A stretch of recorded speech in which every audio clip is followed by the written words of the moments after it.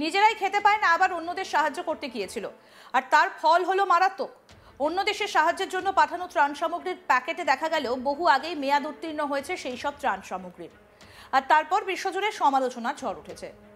আমরা যে দেশটার কথা বলছি এতক্ষণে নিশ্চয়ই বুঝে গিয়েছেন, আমরা বলছি পাকিস্তানের কথা। দীর্ঘদিন পর এত বড় প্রাকৃতিক বিপর্যয়ের সামনে এসে দাঁড়িয়েছে দ্বীপরাষ্ট্র শ্রীলঙ্কা।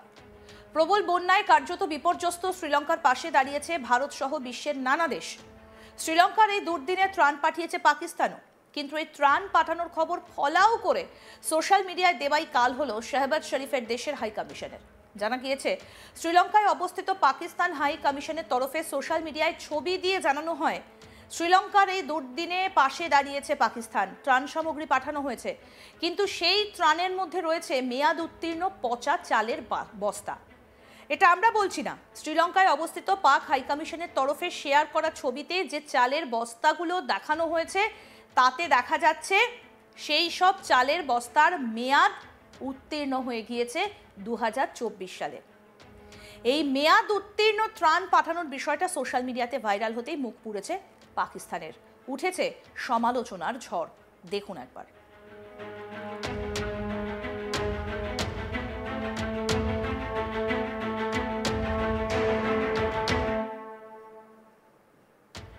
হাই কমিশন এক্সে ত্রাণের ছবি পোস্ট করার কয়েক ঘন্টার মধ্যেই তীব্র প্রতিক্রিয়া শুরু হয়ে যায়। তবে বেশ কয়েকটা প্যাকেজের লেবেলে মেয়াদ উত্তীর্ণের তারিখ 2024-এর অক্টোবর লেখা ছিল, যার ফলে ব্যাপক অভিযোগ ওঠে যে পাকিস্তান সাম্প্রতিক বছরগুলোতে সবচেয়ে ভয়াবহ বন্যার সংকট মোকাবিলাকারী একটা দেশে মেয়াদোত্তীর্ণ পণ্য পাঠিয়েছে। প্রসঙ্গত বলি, শ্রীলঙ্কায় ত্রাণ সামগ্রী পাঠানোর পর সোশ্যাল মিডিয়ায় ছবি দিয়ে শ্রীলঙ্কার পাক হাই কমিশনের তরফে জানানো হয়েছে, সর্বদা একসঙ্গে দাঁড়িয়ে আছে পাকিস্তান, আজ এবং সর্বদা শ্রীলঙ্কার সঙ্গে দাঁড়িয়ে আছে। কিন্তু ছবি পোস্ট করার পর দেখা যায় সেই সব ত্রাণের প্যাকেট মেয়াদ উত্তীর্ণ। সমালোচকরা অভিযোগ করেছেন যে পাকিস্তান দুর্যোগের শিকার যারা হয়েছেন তাদের অসম্মান করেছে, কারণ তাদের পাঠানো পণ্যের মেয়াদ শেষ হয়ে গিয়েছে বলে অভিযোগ রয়েছে। কিছু ব্যবহারকারী প্রশ্ন তুলেছেন যে কেন মিশন লেবেলগুলো পরিদর্শন না করেই প্রকাশ্যে ছবি পোস্ট করেছে। ইসলামাবাদ এখনো পর্যন্ত এই বিষয়ে কোনো বিবৃতি দেয়নি।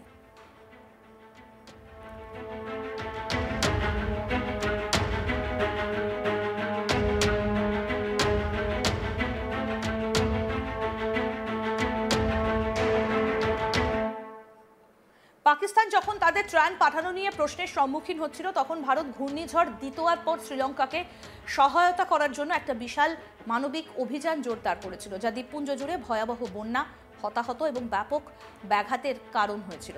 অপারেশন সাগর বন্ধুর অধীনে ভারত 28শে নভেম্বর থেকে বিমান এবং সমুদ্রপথে 53 টন ত্রাণ সামগ্রী পৌঁছে দিয়েছে। ভারতের বিদেশ মন্ত্রক জানিয়েছে, শ্রীলঙ্কা থেকে 2000 জনেরও বেশি আটকে পড়া ভারতীয়কে সরিয়ে নেওয়া হয়েছে। এনডিআরএফ এর দলগুলো বিচ্ছিন্ন অঞ্চলে অনুসন্ধান এবং উদ্ধার কাজ চালিয়ে যাচ্ছে। 150 জনেরও বেশি মানুষকে উদ্ধার করা হয়েছে বলে এমইএ জানিয়েছে। ভারতীয় বিমান বাহিনীর পরিবহন বিমান এবং নৌবাহিনীর আইএনএস বিক্রান্ত, আইএনএস উদয়গিরি এবং আইএনএস সুকন্যার মাধ্যমে ত্রাণ পাঠানো হয়েছে। বিদেশমন্ত্রী এস জয়শঙ্কর আইএনএস সুকন্যা মানবিক সরবরাহ নিয়ে ত্রিনকোমালিতে পৌঁছানোর একটা ছবি পোস্ট করেছেন। শ্রীলঙ্কা কর্তৃপক্ষের সঙ্গে সমন্বয় করে আইএনএস বিক্রান্তের চেতক হেলিকপ্টার এবং আইএএফ এর MI-17 হেলিকপ্টারগুলো গর্ভবতী মহিলা, শিশু এবং গুরুতর আহত সহ আটকে পড়া বেসামরিক নাগরিকদের উদ্ধারে ব্যাপক অভিযান চালিয়েছে।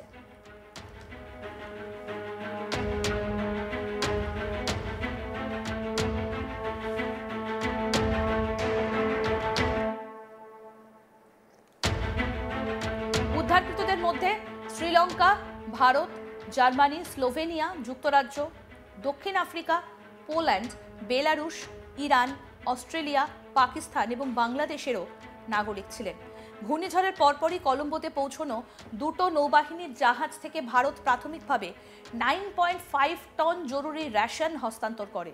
এরপর ভারতীয় বিমান বাহিনীর বিমানে 31.5 টন ত্রাণ, তাঁবু, টারপোলিন, কম্বল, ওষুধ, স্বাস্থ্যবিধির কিট, অস্ত্রোপচারের সরঞ্জাম এবং দুটো ভীষ্ম মেডিকেল কিউ পাঠিয়েছে। বিশেষ আইএএফ বিমানগুলো উদ্ধার অভিযান অব্যাহত রেখেছে। আরও আপডেট পেতে দেখতে থাকুন আজ তাক বাংলা। সাবস্ক্রাইব করুন, নোটিফিকেশন পেতে বেল বাটন অপশন প্রেস করুন।